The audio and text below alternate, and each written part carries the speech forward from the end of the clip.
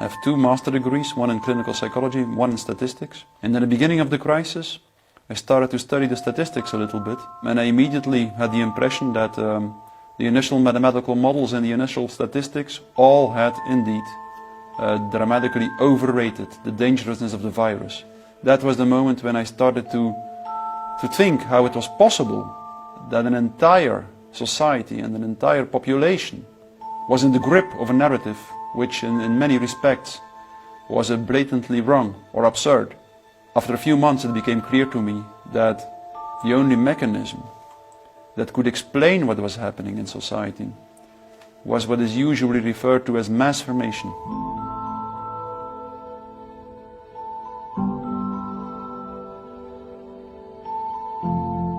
I wear a mask when I'm outside all the time. I even run with a mask on.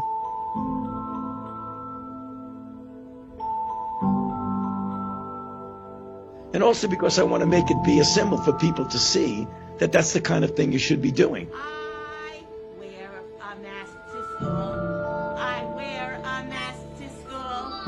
Hi ho the Dario. I wear a mask to school. Sweden's with 0 new COVID cases, despite the country dropping the mandatory wearing of masks. The process of mass formation is identical to hypnosis. An individual that is in the grip of a process of mass formation typically becomes radically blind for everything that goes against the narratives where the masses or the group believes in. They seem to have lost all interest in the things that were important to them before the mass formation started, which make them radically willing to self-sacrifice, to sacrifice themselves for the collective. Obviously, you don't like to tell people what to do, but sometimes for the good of society, that's necessary. They become radically intolerant for dissonant voices. And this typically goes further and further and further. People who do not go along with the masses are stigmatized, and in the end, the masses typically are inclined to destroy the people who do not go along with them. And they do so as if it is an ethical duty to do so. That's something that was observed in all major examples of mass formation in history.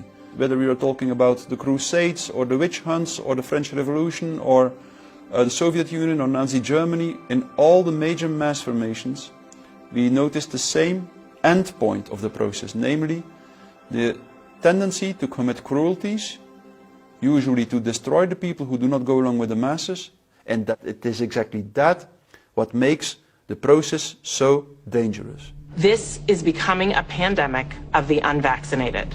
The people who are not getting vaccines, it's time to start shaming them. Because frankly, we know that we can't trust the unvaccinated. F them, f their freedom. I want my freedom to live. No, screw your freedom. You're a schmuck for not wearing a mask. We have to stop coddling the morons who will not get the shot. Shame on you. No mask, get out! Put on your mask or get off. Put your fucking mask on! Put your mask on! I want to go a little bit deeper into the idea that COVID gave people meaning. What gives meaning to the masses and to the individuals that are in the mass formation is just the collective heroic battle with the object of anxiety. A mass formation typically emerges in a society when very specific conditions are met. First and for all, the most central condition is a major part of the population needs to feel lonely. That's crucial. Breaking news, stay at home. That is the order tonight. We must enact an immediate stay-at-home order. We're going to go visit Mom. I'm going to bring the home family to see Mom. No. We all need to stay home. Stay at home. Stay home. Stay home. Stay inside. Stop socializing. That's starting to take a toll. It's understandable. But we can't afford to stop now. Go home and stay home. Once people feel disconnected from their environment, they will typically start to experience a lack of meaning making in life. And then, in a third step, once people feel socially isolated, confronted with lack of meaning making, they will be confronted with anxiety, frustration and aggression. And under these conditions, if a narrative is distributed through the mass media, indicating an object of anxiety and a strategy to deal with this object of anxiety, they suddenly connect to one small object of fear, for instance the coronavirus, and then people don't feel lonely anymore. They feel connected again. But the new kind of social bond is highly problematic, just because the bond is never between individuals. It's always a social bond between individuals and the collective, through which an individual shows that its own individual interests are less important than the collective interests. You are not doing this for yourself. It's so you don't kill other people. You don't take it for yourself, you take it for your family. Sounds trite to say, but we're all in this together. Would it be accurate to say that at the root of all of this madness is our intrinsic desire to be connected? Yes. I think that mass formation shows us that people are intrinsically social beings.